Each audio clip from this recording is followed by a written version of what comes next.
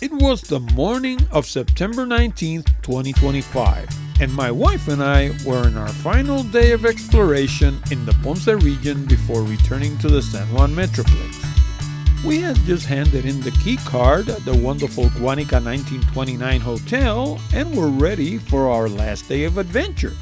As you'll recall, Guayanilla 1929 is a beautiful family-owned hotel located about 9.5 miles away as the crow flies from the town of Guayanilla, and we were lucky enough to strike a barter deal with them while we covered the towns of Ponce, Peñuelas, and Guayanilla.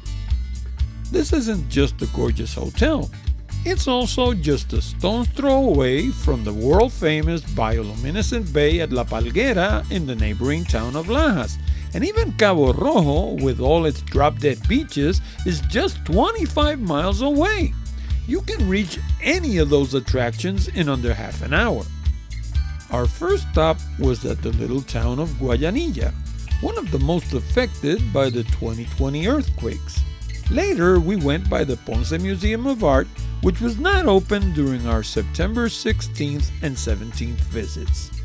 You can learn more about our experience at the Ponce Museum of Art in our second video about the town of Ponce. Guayanilla is a small town founded on February 7, 1833 on the southern coast of Puerto Rico. It has three neighboring towns, Yauco to the west, Adjuntas north, and Peñuelas to the east. It also has one of the best natural harbors in Puerto Rico, albeit peppered with industrial concerns. Like other smaller towns in Puerto Rico, tourism in Guayanilla is mostly done by island residents. However, at Puerto Rico by GPS, we cover every town because we feel that visiting tourists can string together individual attractions in different towns and design a personalized day of adventure. However, Guayanilla has one other great handicap when it comes to tourism. It was one of the two towns most affected by the 2020 earthquakes. The other was Guanica. When we arrived in Guayanilla, we were impressed by the beautiful landscaping at the entrance to town. You almost feel like nothing happened. But then, reality sets in. As always, our first stop was at the Immaculate Conception Parish. Construction of this parish started in 1831 and it was completed by 1840. Sadly, the 2020 earthquakes crippled the temple severely. There were workers there on the day of our visit who insisted that the temple will be repaired. But hey, I'm no engineer, but to me, it looks more like a rebuild project than a repair one. Take a look for yourself and give me your opinion in the comments. In the end, I guess only time will tell. And if you're wondering, and if it even matters, the altar of this temple pointed northeast instead of the easterly orientation typical of Roman Catholic temples of the time. Southwest of the temple, you have the beautiful Guayanilla Town Square, dedicated to Puerto Rico's first elected island-born governor, Luis Muñoz Marín. The situation there is totally the opposite of the Immaculate Conception Parish. I mean, I couldn't find a single crack, and it's just 200 to 300 feet away. On the east end of the square, there's another of those 5 remaining band shells mentioned by Mr. Iram Rosario during our Peñuelas video. And just like the one in Peñuelas, this one is beautiful and in perfect shape. Across the street from the square, on the southeast side, you'll find the Guayanilla City Hall building, or as they say in Puerto Rico, La Alcaldía. It too was affected by the 2020 earthquakes, albeit not as severely as the Immaculate Conception Parish. At the time of our visit, the building was closed to the public and covered in scaffolding. While it did have several signs in front, there was no announcement as to when it will reopen. As a funny note, there was supposed to be an archaeology museum on the southwest end of the square. So, my wife and I decided to pay it a visit. Instead, we stumbled into City Hall personnel who were using the space as a temporary office. Oops. We had also heard about a Puerto Rico mural that was supposed to be southeast of town on Muñoz Rivera Street. Well, as it turns out, it was just a Puerto Rican flag painted over the frontal section of an old house. Not exactly a work of art.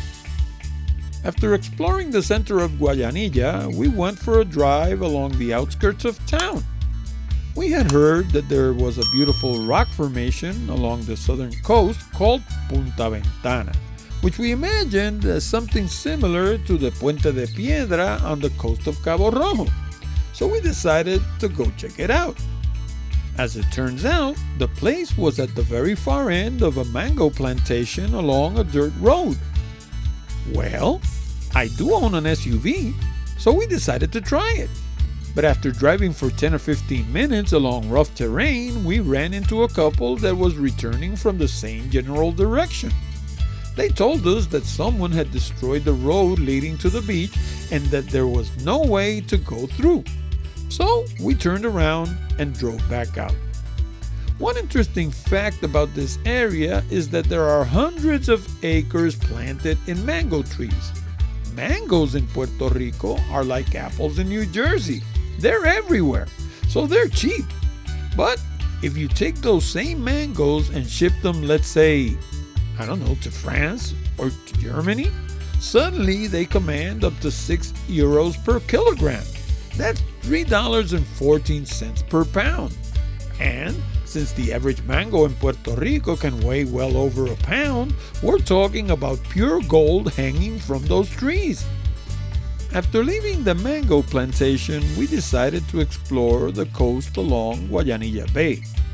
There are several industrial concerns along this coast, including a couple of electric power installations and oil tank fields. That made it all the more difficult to get the drone off the ground, as there seemed to be some sort of signal interfering with my controller. Eventually, I managed to take off and grabbed a couple of shots of Guayanilla Bay.